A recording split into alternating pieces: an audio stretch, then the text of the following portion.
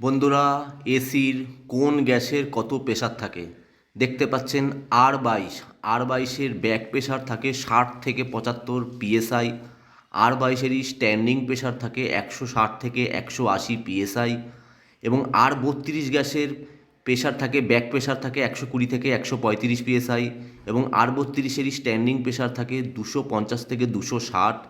ও আর 410 গ্যাসের প্রেসার থাকে 120 থেকে, ব্যাক প্রেসার থাকে 120 থেকে 150, এবং স্ট্যান্ডিং প্রেসার থাকে 260 থেকে 275। তাহলে আমি আরেকবার রিপিট করছি। আর 22 গ্যাসের ব্যাক প্রেসার মানে যে মেশিন রানিং অবস্থায় যে প্রেসারটা তাকে ব্যাক প্রেসার বলে।